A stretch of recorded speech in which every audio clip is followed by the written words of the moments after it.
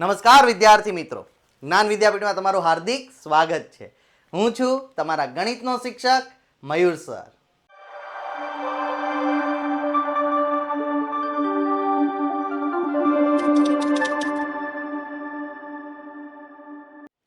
આપણે જોઈ રહ્યા છીએ ધોરણ 8માં ચેપ્ટર નંબર 8 બેઝિક પદાવલીઓ અને નિત્યસમ, અને એમાં જોઈ રહ્યા છીએ સ્વાધ્યાય 8.3.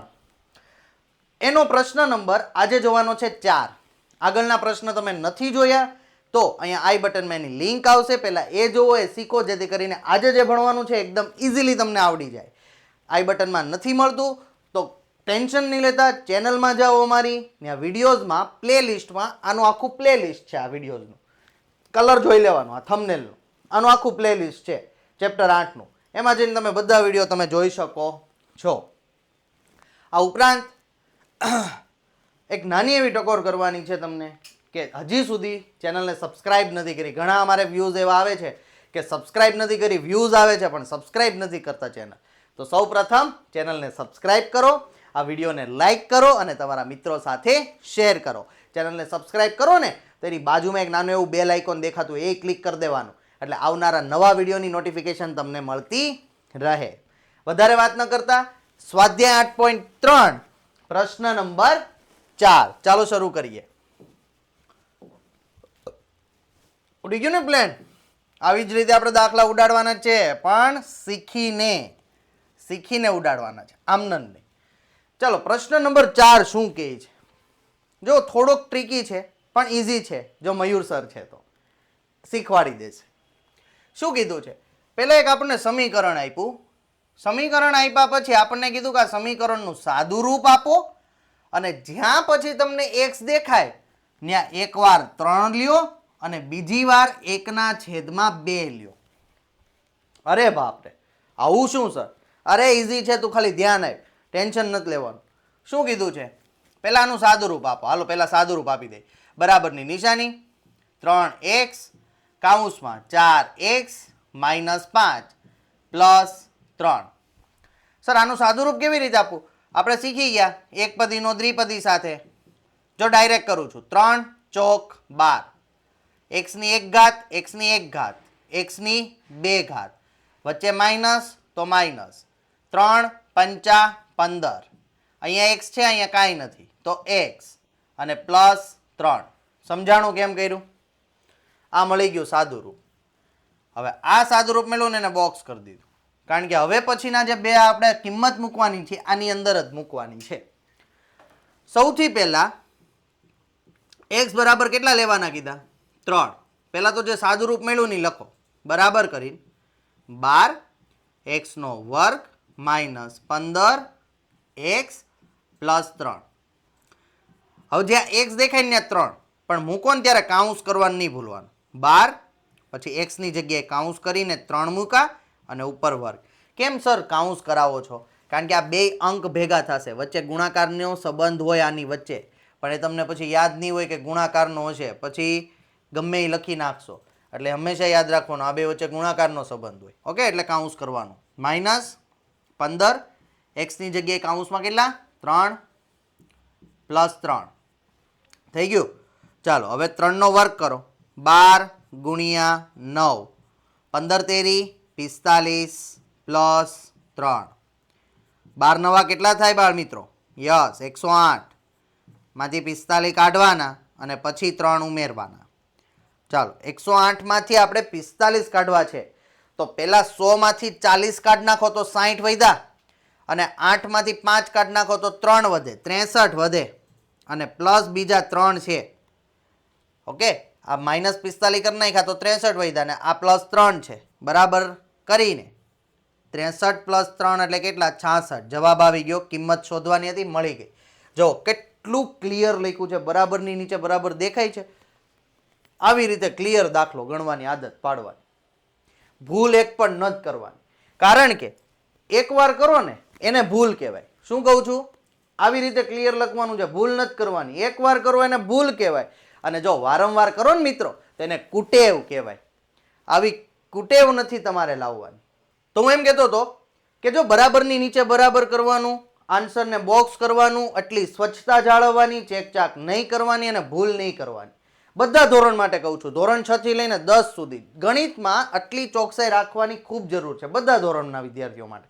એકવાર કરો ને બેટા ભૂલ તો એ ભૂલ કહેવાય, પણ જો વારંવાર કરો ને તો એ મિત્રો શું કહેવાય? કુટેવ કહેવાય. આપણે કુટેવ પાડવાની નથી. દરેક ધોરણના વિદ્યાર્થી માટે કહું, એકવાર કરો તો ભૂલ, પણ જો વારંવાર આવી ચેકચાક થાય છે ને એ તમારી કુટેવ છે ને, કુટેવને દૂર કરવા માટે જ્ઞાન વિદ્યાપીઠમાંથી તમે જ્ઞાન લ્યો ને કુટેવને દૂર કરો. લખાણ શીખો, અત્યારથી ટેવ પાડો એટલે 10માં વાંધો ન આવે. આપણે 10માં એકદમ ક્લિયર આપણા અક્ષર હોય. સમજાય છે? ચાલો, જો પહેલો જવાબ મળી ગયો 66. હવે દાખલો પૂરો નહીં, આમાં જ બીજો આપ્યો છે કે હવે જ્યાં તમને x દેખાય ને ત્યાં 1/2 લ્યો. જો થોડુંક અઘરું લાગે છે પણ અઘરું છે નહીં. અઘરું ખાલી આપણા મગજમાં હોય, દાખલામાં ન હોય. પહેલા આપણે જે સાદું રૂપ આપ્યું હતું ને એ લખી નાખવાનું વ્યવસ્થિત રીતે. લખ્યું. હવે જ્યાં x દેખાય ને 1/2 મૂકવાનું છે, પણ કાઉન્સ કરીને 12 કાઉન્સમાં 1/2 નો વર્ગ, ઓકે, માઇનસ 15 કાઉન્સમાં 1/2 પ્લસ 3. ચાલો પહેલાનો વર્ગ કરી નાખીએ. 12 1 નો વર્ગ 1 અને 2 નો વર્ગ 4. 2 નો વર્ગ થાય ને, 1 નોય થાય ને 2 નોય થાય. માઇનસ 15 એકા 15 છેદમાં 2 પ્લસ 3 બરાબર 4 તેરી 12 થાય કે ન થાય? 3 એકા 3 માઇનસ 15/2 પ્લસ 3 બરાબર 3 પ્લસ 3 6 લખીએ કોણ? અહીંયા લખીએ કોણ? 3 પ્લસ 3 શું કર્યું? 3 પ્લસ 3 તો 6 લખ નાખ્યા. આ એમ નન રાખ્યું. હવે જો આનો સરવાળા કે બાદબાકી કરવા હોય ને તો યાદ કરો, છેદમાં અહીંયા કાંઈ નથી તો 1, છેદ હરખો હોવો જોઈએ. છે છેદ હરખો? નહીં. તો પહેલા તો સરખો કરો. તો અહીંયા પણ છેદમાં 2 હોવા જોઈએ, તો ઉપરે 2 વડે ગુણવું પડે. જો 2 લાવવા હોય તો. કેમ સર ઉપરે ગુણવું પડે? તો એ તો આ 2 ઉઠશે તો આપણું મૂળ કિંમત એમને રહેશે. ખાલી નીચે 2 વડે ગુણો તો મૂળ કિંમતમાં ફરક પડી જાય, તો દાખલાનો જવાબ ખોટો આવે. ઉપરે 2 વડે ગુણો, 2 ઉડ્યા તો જો મૂળ કિંમતમાં કાંઈ ફેરફાર નથી થતો, એટલા માટે ઉપર નીચે ગુણવાનું. 6 દુ 12 છેદમાં 2 એકા 2 15/2 સરખો છેદ થઈ ગયો. યસ. કેટલી વાર લખાય? એક વાર. 12 માઇનસ 15 કેટલો જવાબ આવે? 15 માંથી 12 જાય તો 3. મોટા 15 આગળ માઇનસ તો માઇનસ. જો નિશાનીની ભૂલ નહીં કરવાની, નિશાનીની ભૂલ કરવાની નથી. મોટા પદની નિશાની અહીંયા મૂકવાની. આવી ભૂલ ન થવી જોઈએ, કારણ કે એકવાર કરો તો ભૂલ કહેવાય, વારંવાર કરો તો કુટેવ કહેવાય. યસ, ડાયલોગ યાદ રહી ગયો ને? સરસ. આ યાદ જ રાખવાનો, જીવનમાં બધે હેલ્પ કરશે. આમાં કાંઈ ન સમજાણું હોય તો કોમેન્ટ કરી દેવાની. તમારા કોમેન્ટનો અવશ્ય રિપ્લાય આપવામાં આવશે. કોમેન્ટ ન કરો તો આ વિડીયોના ડિસ્ક્રિપ્શનમાં વોટ્સઅપની લિંક છે ધોરણ 8ની, એના ઉપર ક્લિક કરો. અમારા વોટ્સઅપ ગ્રુપ સાથે જોડાઈ જાઓ, એમાં મેસેજ કરી દો, તમને સોલ્યુશન 1 દિવસની અંદર મળી જશે, એ મારી ગેરંટી. ઓકે, આ ચેપ્ટરનું નહીં, ગમે એ ચેપ્ટરનું, જ્યાં પણ અટવાતા હોય ને મેસેજ કરી દેવાનો. ચાલો, પ્રશ્ન 4નો બી શું આપ્યું છે?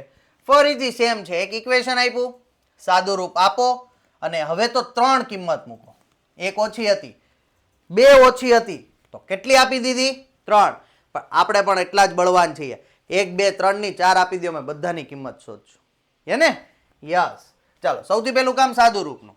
જે ઇક્વેશન આપ્યું છે એને લખો. a કાઉન્સમાં a નો વર્ગ પ્લસ a પ્લસ 1 પ્લસ 5. ચાલો, આ એને અંદર આપીએ. a ગુણ્યા a નો વર્ગ તો a ની 3 ઘાત, કારણ કે અહીંયા કાંઈ ન હોય તો 1. a ની 1, a ની 1, a ની 2 ઘાત. 1 સાથે કોઈ પણનો ગુણાકાર કરો, ફરક ન પડે એટલે a અને પ્લસ 5. લ્યો, સાદું રૂપ થઈ ગયું.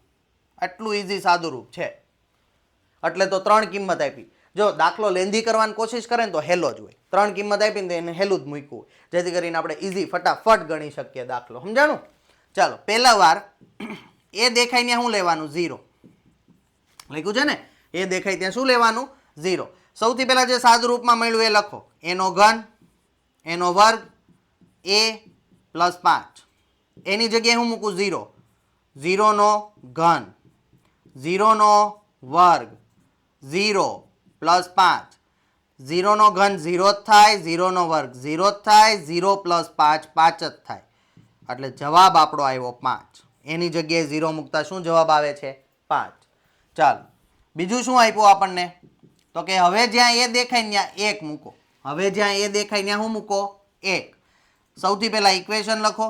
3નો ઘન, 3નો વર્ગ, સોરી એનો ઘન, એનો વર્ગ અને એની એ કોઈ ઘાત નથી એટલે 1 ઘાત પ્લસ 5. એ દેખાય ને 1 મૂકો. 1નો ઘન, 1નો વર્ગ, 1 પ્લસ 5. 1નો ઘન, 1 ને 3 વાર ગુણો, 1 એકુ 1, 1 એકુ 1. 1નો વર્ગ 1, 5 ને 1 6, 6 ને 1 7 ને 1 8. છે ને ઇઝી? જો ઓલા કરતા તો આ ઇઝી છે, 3 વેલ્યુ આપી પણ એકદમ ઇઝી છે. હવે ત્રીજું, હવે એ દેખાય ત્યાં શું લેવાનું? -1. જ્યાં એ દેખાય ત્યાં શું લેવાનું? -1. બરાબર કરવાનું. પહેલા સાદુરૂપ લખો. એનો ઘન પ્લસ એનો વર્ગ પ્લસ એની 1 ઘાત પ્લસ 5. બરાબર.